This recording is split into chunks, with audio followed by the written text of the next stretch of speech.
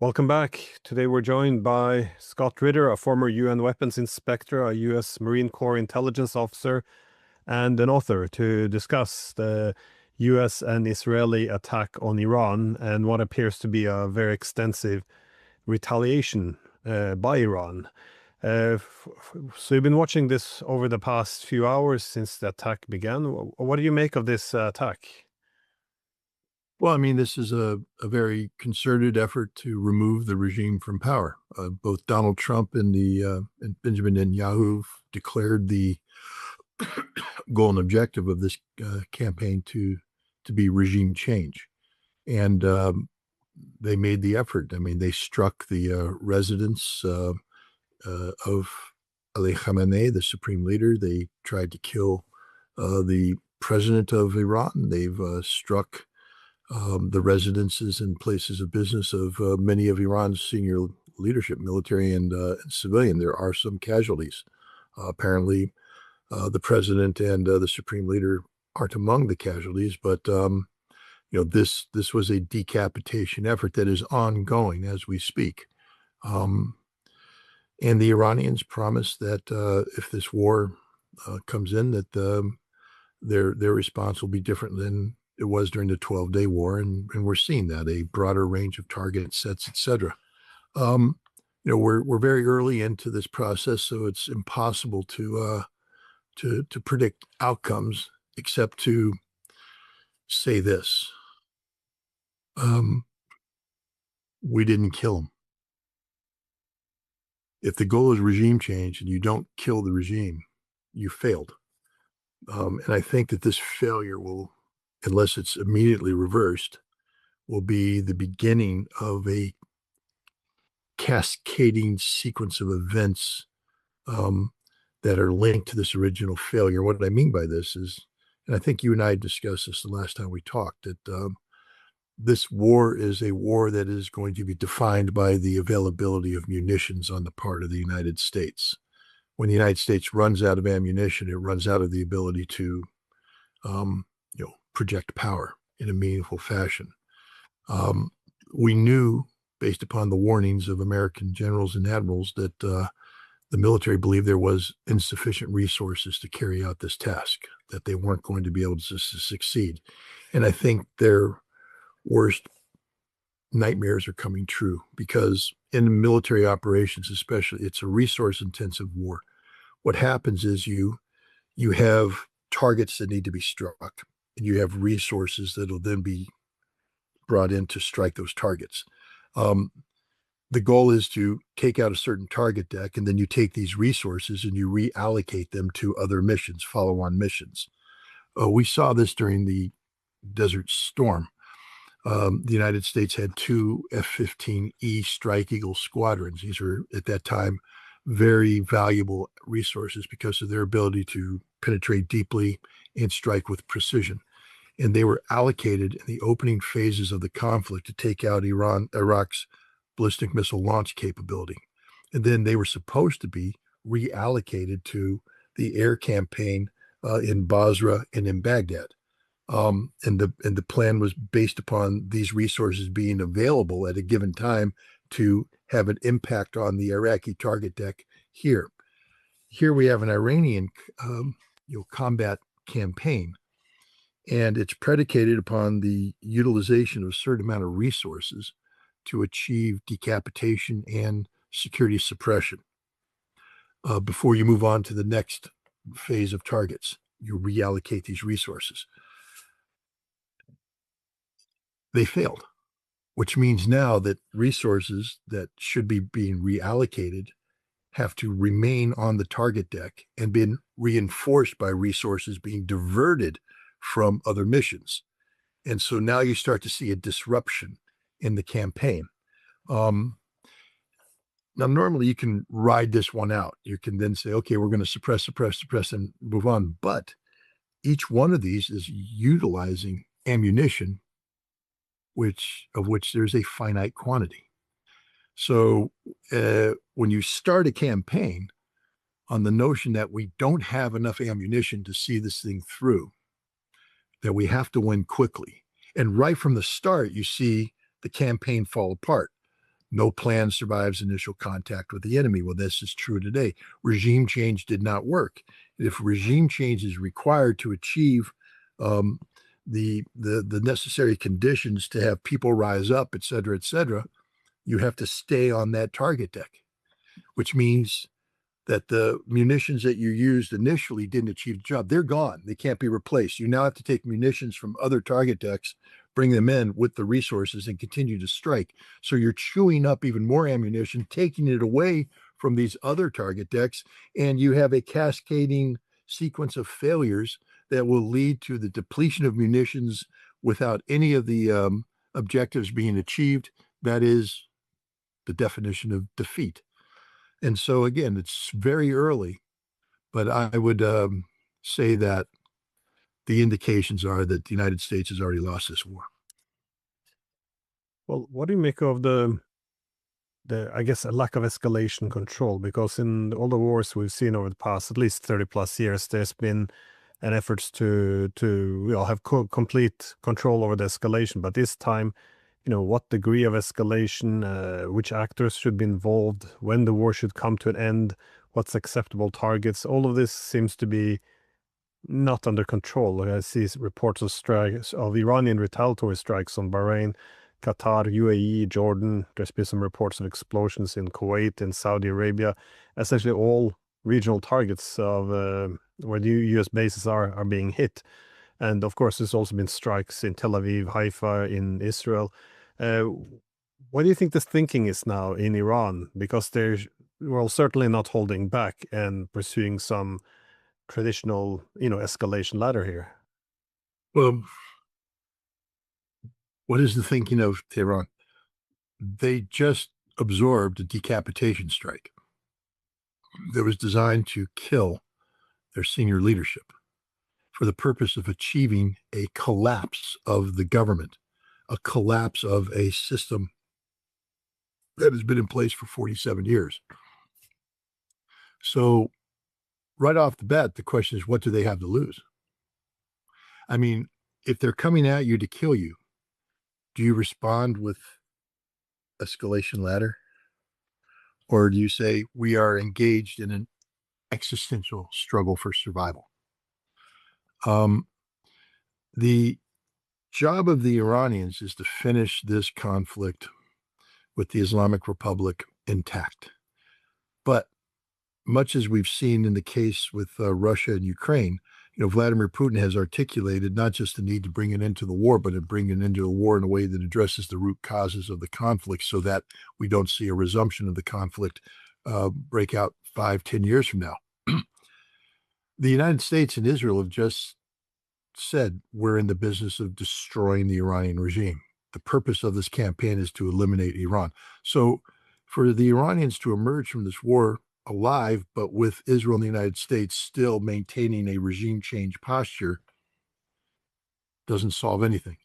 So what are the Iranians up to? A, they're in a battle of existential survival. B, they have to win this war. And the victory in this war is regime change. Now, the United States has always talked about regime change, meaning that it's not just about removing the regime, but changing the behavior of the regime. One way to change the behavior of the current administration is to guarantee its political demise.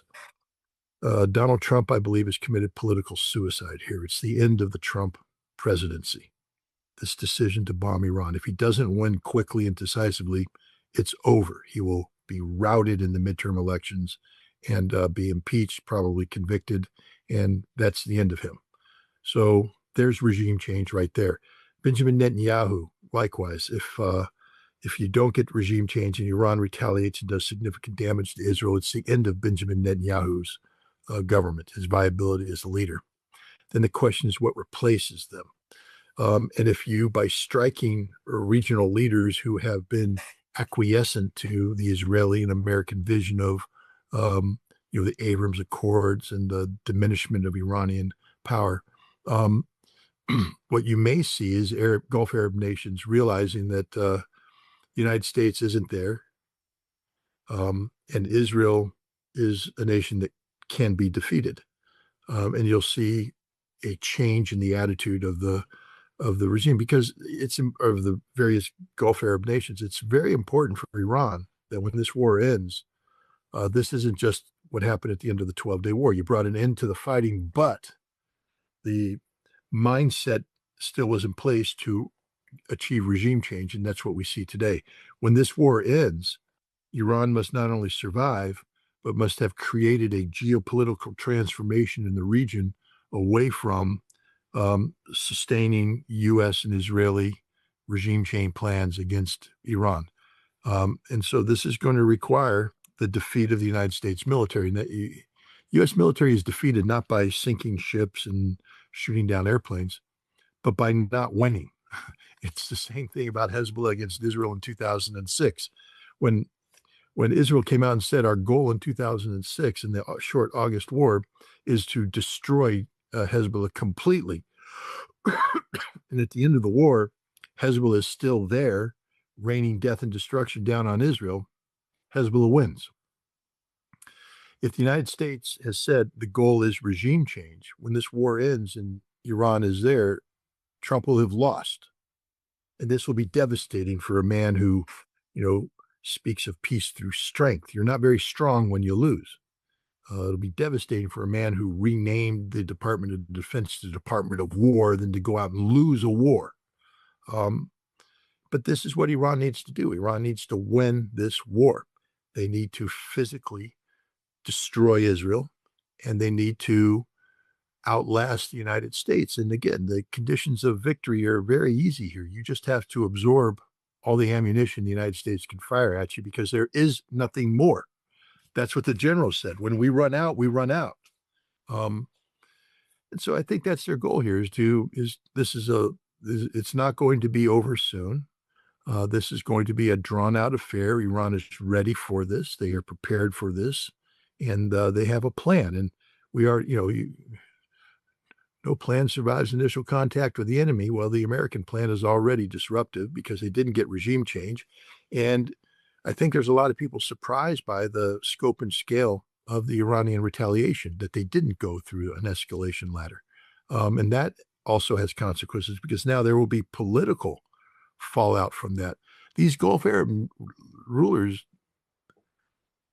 they govern on a slim thread of viability. The populations have to believe that these rulers will bring them, wealth and high standards of living. If your cities are suddenly blowing up, and you were told all along that this will never happen because the United States will defend us, but now the United States can't defend you, suddenly these rulers look weak and ineffective, and who knows what will happen. But this is the Iranian game right now. I think they're flipping the script. This is a geopolitical equivalent of a wrestling reversal. And the regime change strategy may now be that it's not that the United States and Israel are going to succeed in removing the Iranian regime, but that Iran will succeed in removing the Israeli regime, the American regime, and maybe many of the Gulf Arab states. Yeah, well, that's kind of the benefit that both Israel and the United States had over the past 30 plus years, that they built up the image of being invincible, all powerful. And with this, of course, there's a lot of soft power because all countries will then fall in line if this is the ultimate security provider, or who can give security or destroy you, then you fall in line. Of course, this is going to be very different if they don't hold out. But in terms of Iran holding out, because all they have to do is to dish out a lot of pain and wait out the Americans and the Israelis. But what is time constraint here, though? Because as you said, the United States have limited resources. They have to ship them across the world, and at some point you have to replenish. How long do you think the United States can keep, such a high intensity war going? I don't know the ammunition stockpile. I believe that they were looking at a war that was going to last, in single digits of weeks. So if this war lasts 5 weeks, the United States runs out of ammunition. So Iran just has to survive for 5 weeks. And that's that. And I'm not sure if you watched Trump's, well, let's call it a war speech, or I read it as a declaration of war. He essentially, went back to the Islamic Revolution of 79, the yeah, the issue of the American embassy, the attacks in Lebanon in the 80s. So he went through essentially the whole history to explain all of America's grievances towards Iran, and of course, the issue of nuclear weapons. What did you make out of this speech, or was it Well, just first of all, Trump didn't write the speech. Okay, he's reading words written by neoconservative, pro-Israeli warmongers who just trotted out the same old tired arguments that had been made in the past. There was nothing new here. And the duplicity of the United States was on display as he spoke about a nuclear program that Iran was already putting significant concessions on the table in Oman. So he's a liar. But let's throw away the words for a second. I saw an old, scared, fat man. This man's scared to death. He realizes that he is in a world of hurt. He, has crossed the Rubicon, and it's not going to end well for him. And I think he sees that. I think he sees the Trump legacy collapsing around him. He's not going to win the midterm elections. He has betrayed his base like it's never been betrayed before. Israel was worried before this war started. When Tucker Carlson went and talked to Mike Huckabee, if you looked at the Israeli press, they were saying, "Look, we're in trouble because there is a split now in the Republican Party about Israel." That split's going to it's going to grow and grow and grow because this war is just stupid, stupid, stupid. It's all about Israel. It has nothing to do with the security interests of the United States, and Israel is going to be perhaps fatally hurt by this. This president has seen his presidency fatally wounded by his own actions, and we're going to see a desperate man going forward. You already see movement in Congress now to change the law and empower the president to take control of the midterm elections so that he can steal them, because he's not going to win them. What he has to do is avoid the kind of landslide that results in not just the House going Democratic, but the Senate getting sufficient anti-Trump sentiment to convict if he's impeached, because he will be impeached. But what we saw was the end of the Trump presidency. I don't listen to his words. He didn't write those words. I looked at his delivery, and this was the delivery of an old, tired, fat man, scared. That's what I saw. I guess all this being the president of peace, ending all these wars, having his peace board, none of this really makes any sense. I mean, it could have been called good branding, but now I guess all of this is lost as he now becomes the ultimate warmongering president. I think it's very much opposite of what Venezuela was, just in and out in one day, very limited, I guess, goal to kidnap a president and declare victory and celebrate oneself. But why was this so imminent, though? Because the need to attack now, because we've seen this over the past few days, some American generals or leading military staff arguing that we're not really that well prepared. We don't have enough, I think it was defensive interceptor missiles, or we can't really absorb necessarily all of Iran's retaliatory strikes. So maybe we should, either not do this or wait. Why was there such a hurry to pull out this? Try to engage in this war when one isn't prepared properly, and also if the strategies and war plans aren't really that much in place. Well, just a quick history lesson. I may have gone over this before, but I'll just reiterate it. During Desert Shield, Desert Storm, the flow of logistics into the region was called the tip fiddle, the troop phased deployment list or something of that nature. When the war ended,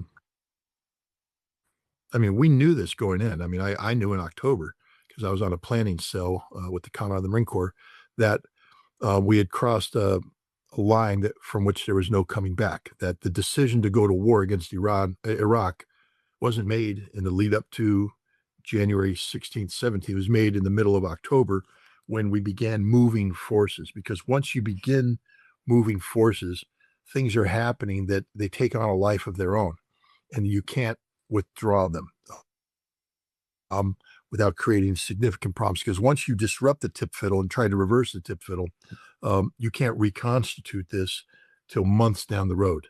So you lose an entire window of opportunity. Um, the same thing happened in 2003. They renamed the tip fiddle. I forget what they called it, the flow forces or something of that. But the same thing. They acknowledged afterwards uh, we were prisoners to the system, that we had to go to war in March because the flow of troops, the flow of logistics dictated that. And I said, watching this, I said, we have reached a point of no return. We have deployed forces, for instance, air defense forces.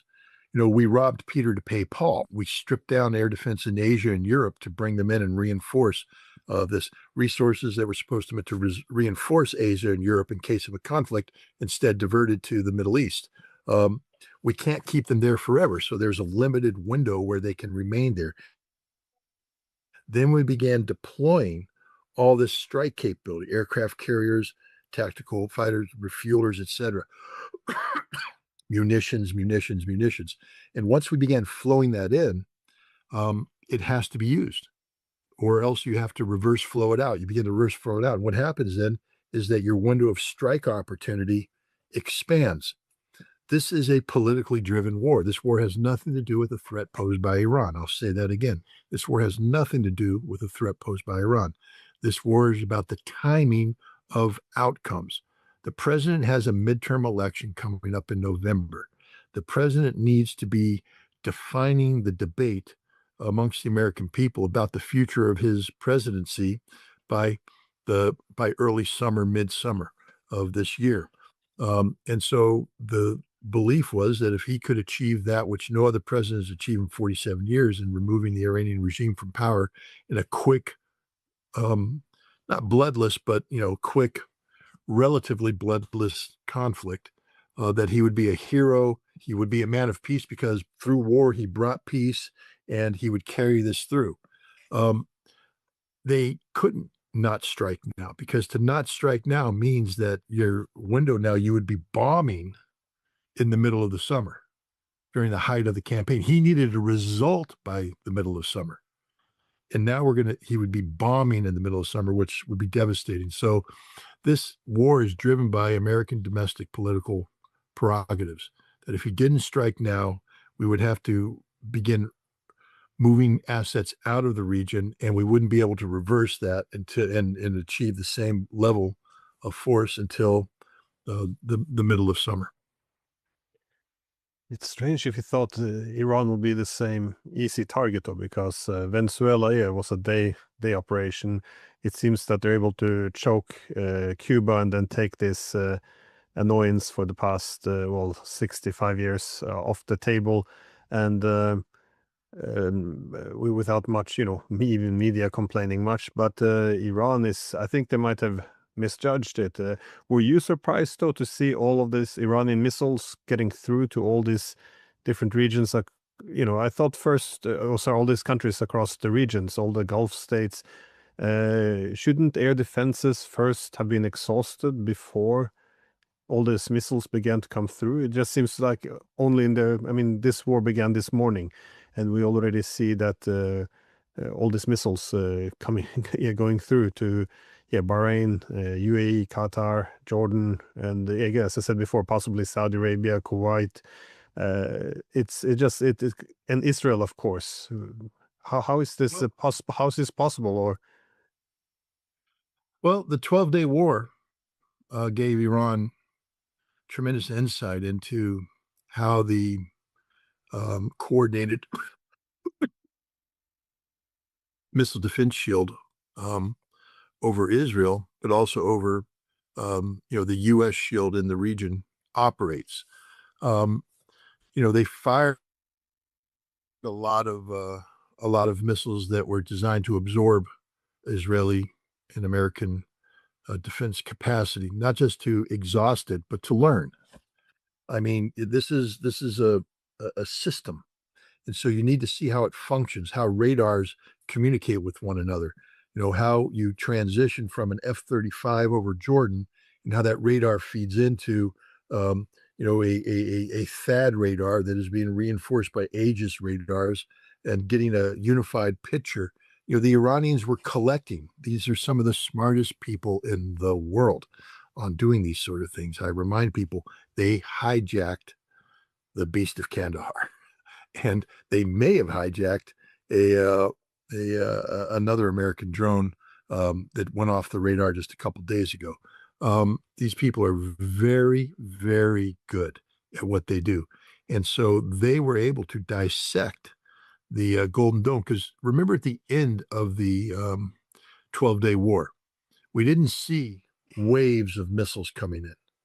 We saw one, two, three, but the difference was every single one of them hit, and they hit something of value. And that's when Netanyahu got on TV with his shaking hands, and then that's when he called Trump, and Trump was able to do the Midnight Hammer Al-Udeid exchange to bring the conflict to an end. But the Iranians broke the code. They now knew how to defeat this system, and they could defeat it with individual missiles whose performance parameters were such that they could not be intercepted. Um, Instead of leading with mass attacks, which would be very difficult to do right now, because I believe that over Iran right now, we have a lot of aircraft flying around hunting missiles, trying to hunt missiles. Um, so you don't want to bring out mass missiles. What you need is to bring out, I'll call leakers, but these are more, but just one fire here, one fire here, one fire here, but all three hit their target, because the Iranians have built missiles that cannot be shot down by American-Israeli air defense. And that's what we're seeing right now. We're seeing the Iranian missiles, the superiority of Iranian technology over the missile defense. And a little off topic, but I just want to tell people this is exactly what would happen to Golden Dome if we ever built it and we went to war against Russia, except that the consequences of that failure would be existential, because it would be nuclear. Missile defenses don't work. This might be one of those rare silver linings in a cloud. Nobody wanted this war, but if we can get out of this war with nothing greater than the humiliation of the United States, it could be a wake-up call to future administrations that arms control actually works, and we should give it a shot and not pursue Golden Dome and all the things the Trump administration is doing. Again, I do believe this is the end of the Trump administration. I don't believe they survived this, and and one of the reasons is that the Iranians have exposed a 1.5 trillion defense budget, a annual defense budget, to be an empty fraud. I mean, how do you explain this to the American people? You spend this much money, and you're getting swamped right now by Iranian missiles. Apparently, there's casualties in Bahrain. I don't know how many, but apparently there are American military casualties in Bahrain, and we can expect more casualties from this. The military has failed the American people. It's supposed to defend. It's supposed to be able to do things, and it hasn't been able to do it. And our political leadership has failed the American people because they allowed a war to take place, a war of choice, not a war of necessity. Iran poses no threat whatsoever to the United States. So this is a war of choice. It's an illegal war of aggression. It's the highest war crime imaginable. It destroys the credibility of the United States. Who will ever negotiate with us again? Because once again, we were in the midst of negotiations with the Iranians, who were putting real solutions on the table, and we chose regime change. If I were the Russians, I would never sit down with Steve Witkoff and Jared Kushner ever again. They can't be trusted because they've been corrupted by this process. So, this is just it's a bad day for Iran. First of all, they were hit, and there are dead Iranians, and we shouldn't overlook that. But we can't overlook that. We have a duty and responsibility to acknowledge this.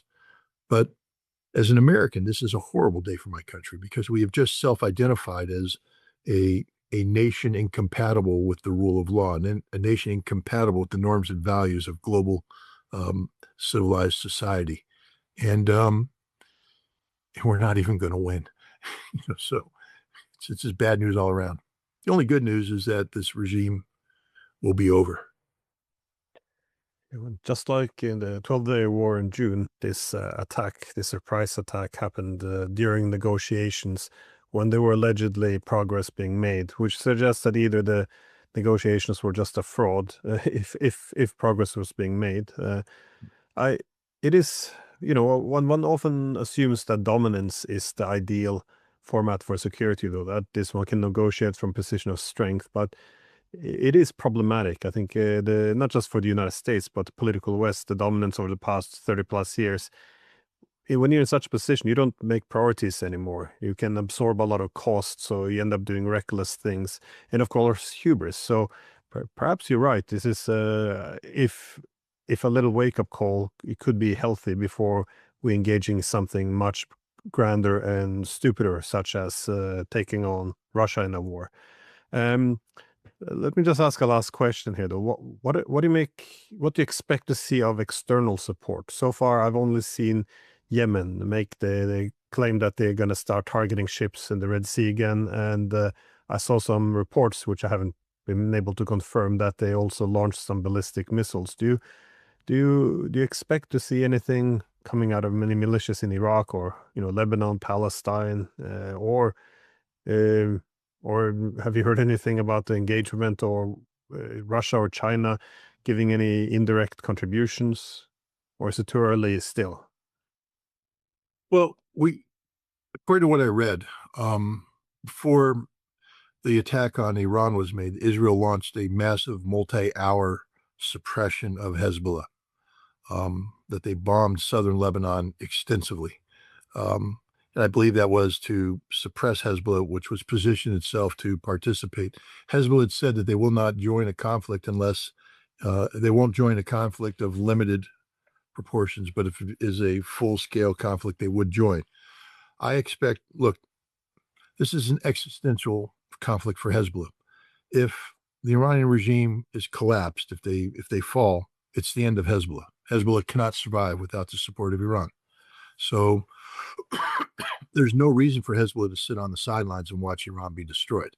So I believe you're going to see Hezbollah decisively engage on this because it is now a war of existential consequence.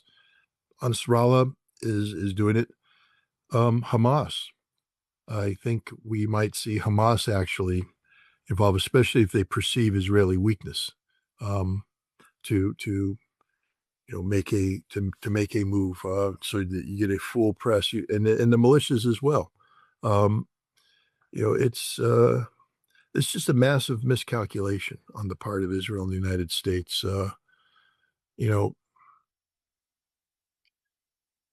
I've always said that the United States is, the military is professional, and they are, and we have the capacity to inflict a lot of damage, and we do.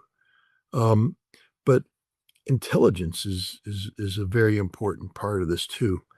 And the United States has, over the course of several decades now, allowed the intelligence process to be politicized, so that instead of providing fact-based, um, information to the leadership for them to make the best informed decisions possible, they become an echo chamber of decisions that are inevitable, meaning the leadership says, we've already made the decision, make the intelligence fit this so we can justify this.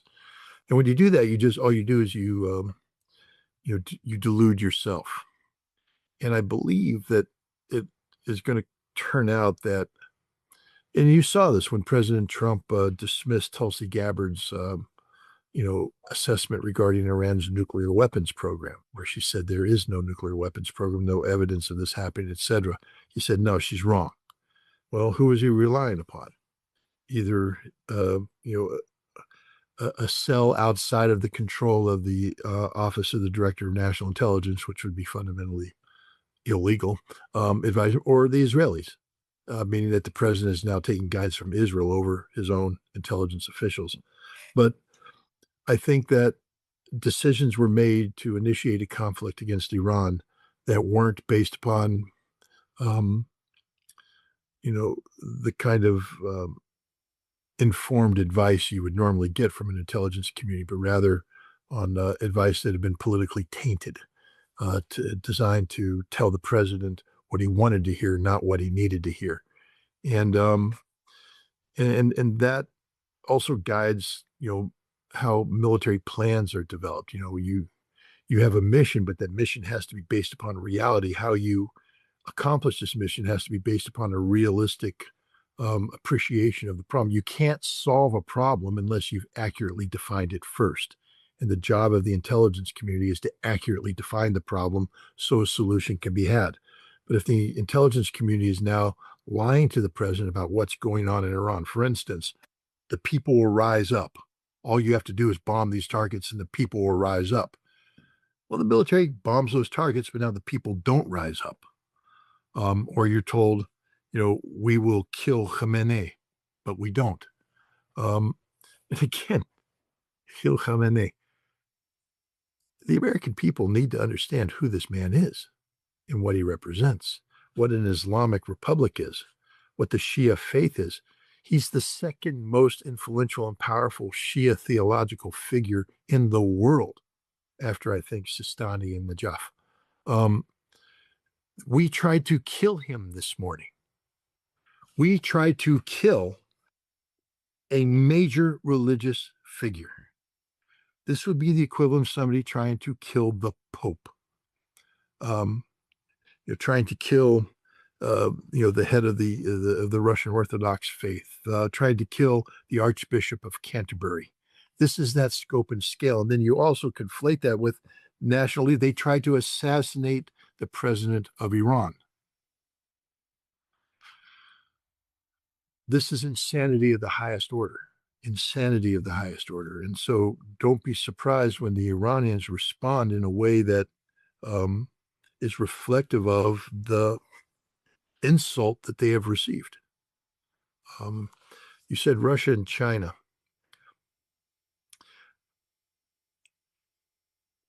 Some people say, oh, well, Russia and China will encourage this conflict because it leads to the weakening of the United States.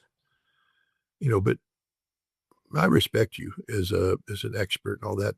Maybe you'll disagree with me, but I think you might agree with me when I say that the goal of Russian foreign policy is not to destabilize the United States, but just the opposite, to create a stable world where everything is predictable. The Russians want predictability. They want stability. They're not looking to defeat America, bring down America. They're not looking to generate chaos.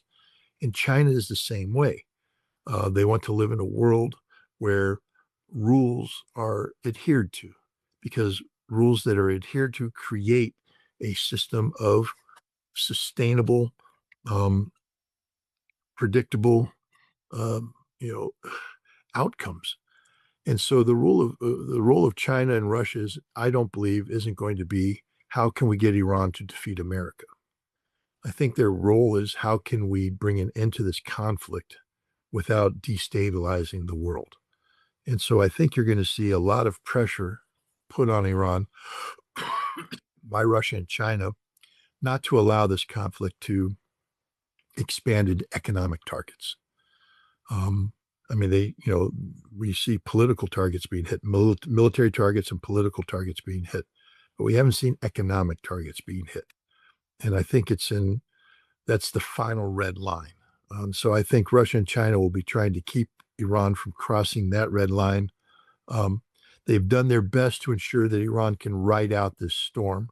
Iran wins by not dying, because if the United States and Israel fail in regime change, I believe that's the end of the Trump administration, and I believe that's the end of Benjamin Netanyahu as a politically viable Israeli politician. So you've just reversed the script, and you've done regime change in the points of origin of this conflict. But again, Russia and China aren't looking for regime change. They're looking for stability. They want this war to end and they're working to bring that about. So I think that's what the role in Russia and China are going to be.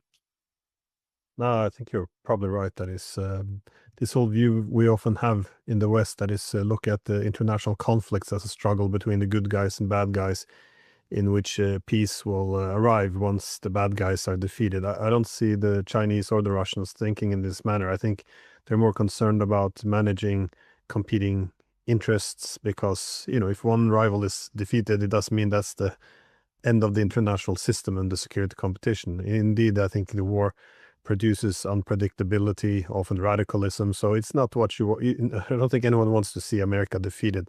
That would be a shock to the system.